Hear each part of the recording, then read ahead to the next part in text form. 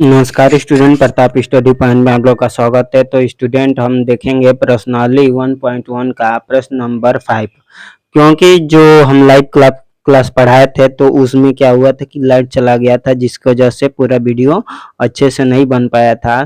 तो इसलिए 2 क्वेश्चन छूट गया था, तो उसी क्वेश्चन को हम आज लेकर आए हैं। तो आज इस क्वेश्चन 5 और 6 को हम लगाएंगे। 7 हो गया था और आपको जो क्लासेस नहीं मिल पा रही है वो लाइव क्लास में जाकर देख लीजिएगा। लाइव क्लास भी मैथ का चला है, उसमें सारा क्वेश्चन हो गया है प्रश्नावली 1.2 का।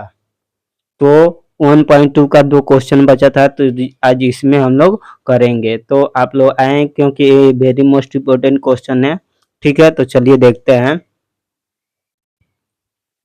लिखा है कि जांच कीजिए कि क्या किसी की किसी प्राकृत संख्या n के लिए संख्या n 6n अंक 0 पर समाप्त हो सकती है।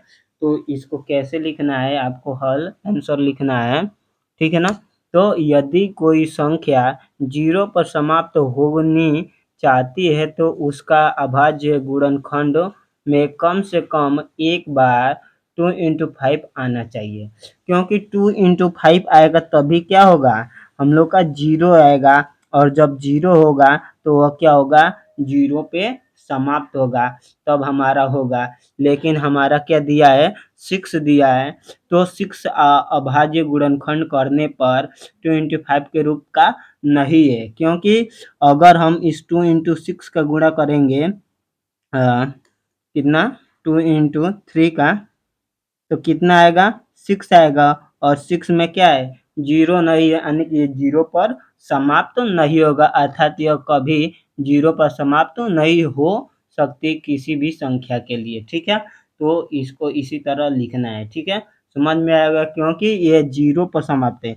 अगर 2 × 5 रहेगा तभी गुणा करने पर हमारा 10 आएगा, और 10 आएगा तो ये 0 पर समाप्त हो रही है, तो ये हमारा हो सकता था। लेकिन अगर हम 6 का करेंगे तो ये 0 पर समाप्त नहीं होगा, यानी कि ये संख्या नहीं हो सकती, समाप्त नहीं होगी, हो सकती किसी भी संख्या के लिए। ठीक है, उसके बाद से देखेंगे 7वां क्वेश्चन है, 6 क्वेश्चन की व्याख्या कीजिए कि 7 × 11 × 13 × +13 और इतना संख्या का अभाज्य संख्या क्यों है। क्वेश्चन में अभाज्य संख्या क्यों है, क्यों है, अभाज्य संख्या क्यों है। ये हमको भाज्य संख्या दे दिया है, और भाज्य संख्या दे दिया है, अब पूछ रहा है ये क्यों भाज्य संख्या है। तो हम लोग एक शर्त होता है भाज्य संख्या के लिए और अभाज्य संख्या के लिए, कि भाज्य संख्या क्या होती है, कि भाज्य संख्या का बहुत सारा गुणनखंड होता है, और अभाज्य संख्या होता है, अभाज्य संख्या उसका गुणनखंड बस 2 ही होता है। जैसे 2 का लेंगे तो 2 का भाग देंगे, यानी कि उसको भाग देंगे तो कितना होगा, 2 से कटेगा, और ये क्या 1 से कटेगा। तो जो संख्या ये 2 सेम से कटे और 1 से कटे उसे अभाज्य संख्या कहते हैं। और जिसे जो संख्या कई संख्या से, जैसे 4 है तो 4 2 से भी कट सकता है, 4 से भी कट सकता है, और 1 से भी कट सकता है। तो जो संख्या ज़्यादा से ज़्यादा संख्या से कटे उसे भाज्य संख्या कहते हैं, और जो संख्या स्वयं से कटे और 1 से कटे उसे अभाज्य संख्या कहते हैं। तो ये भाज्य संख्या दे दिया है क्योंकि ये सबसे कटेगा, इसलिए पूछ रहा है ये क्यों है। तो इसको हम लोग हल करेंगे, तो चलिए देखते हैं तो इसको किस प्रकार हल किया जाएगा।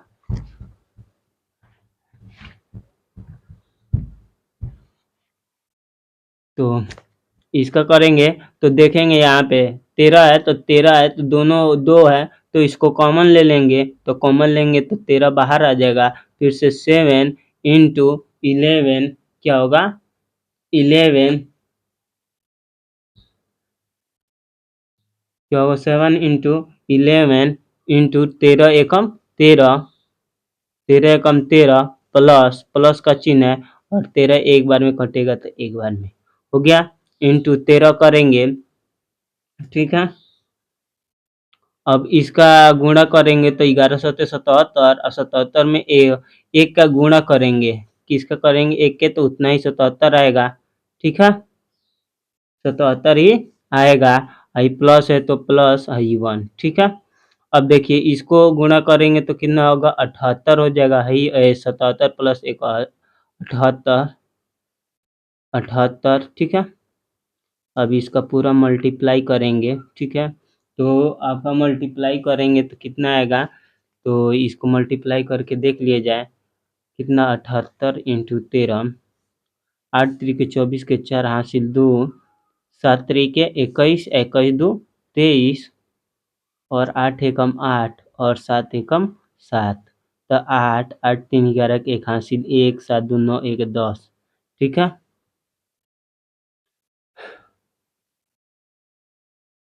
11 सत्ते 77, 1 78, 78 से गुणा करेंगे कितना आएगा कि 3 8 24, 8 त्रिक 24 के 4 हासिल 2, 3 7 21 2 23, ठीक है?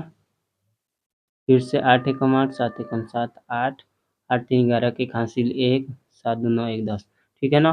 तो कितना हमारा आंसर आएगा 10 और 18 आंसर हमारा आएगा, चूँकि क्या होगा कि ये क्या होगा कि 78 से भी कटेगा, 13 से भी कटेगा और ये संख्या सेम से भी कटेगा और 1 से कटेगा, इसलिए ये क्या है अभाज्य संख्या है। चूँकि 10 18 ये 10 18 ये संख्या 7 इंटू 11 इंटू 13 इंटू 13 ये क्या है कि सभी संख्याओं से कटेंगी, सभी संख्याओं से कटेगी, उसे विभाज्य है, विभाज्य है, विभाज्य है, इसलिए ये संख्या क्या है भाज्य संख्या है, भाज्य संख्या है।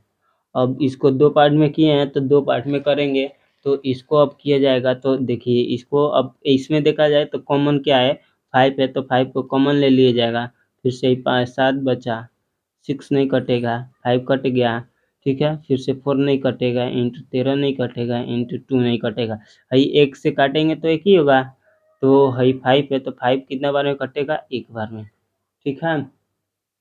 तो इसको क्या लिख देंगे 1 लिख देंगे, ठीक है? उसके बाद से 5 है इंटू इसका गुणा करेंगे तो कितना होगा 7 छक्के 42 इंटू 4 3 12 दूनी के 24, ठीक है? प्लस में 1 है, ठीक है? अब 5 है तो 5 उसी तरह लिखा जाएगा। अब इसका गुणा करेंगे तो 24 दूना के 48, 48 के 8 हासिल 2 और 24 चौको 96, 96 और 4 100, ठीक है? प्लस 1, ठीक है? उसी प्रकार 5 है तो 5 ये हटेगा, जब ब्रैकेट हटता है तो गुणा लग जाता है, क्योंकि ये गुणे के फॉर्म में है, तो इसको जोड़ेंगे तो 1009 हो जाएगा, इंटू इसका गुणा करेंगे तो 9 5 45, 45 के 5 हासिल 4, जीरो में गुणा करेंगे 5 तो 4 जीरो और 5 इतना हमारा होगा। तो क्योंकि ये इससे भी कटेगा और इससे भी कटेगा, चूँकि ये इससे भी कटेगा और इससे भी कटेगा, चूँकि 5045 तीनों संख्याओं से 5 5 1009 और 1 से विभाज्य है, विभाज्य है, इसलिए ये संख्या, जो संख्या दिखाई दे रहा है ये संख्या क्या है भाज्य संख्या, क्या है भाज्य संख्या है।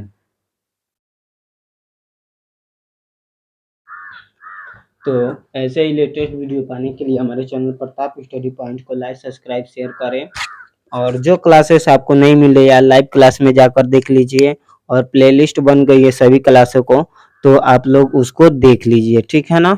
देख लीजिए इसका हल। इसी तरह आपको पेपर में लिख के आना है।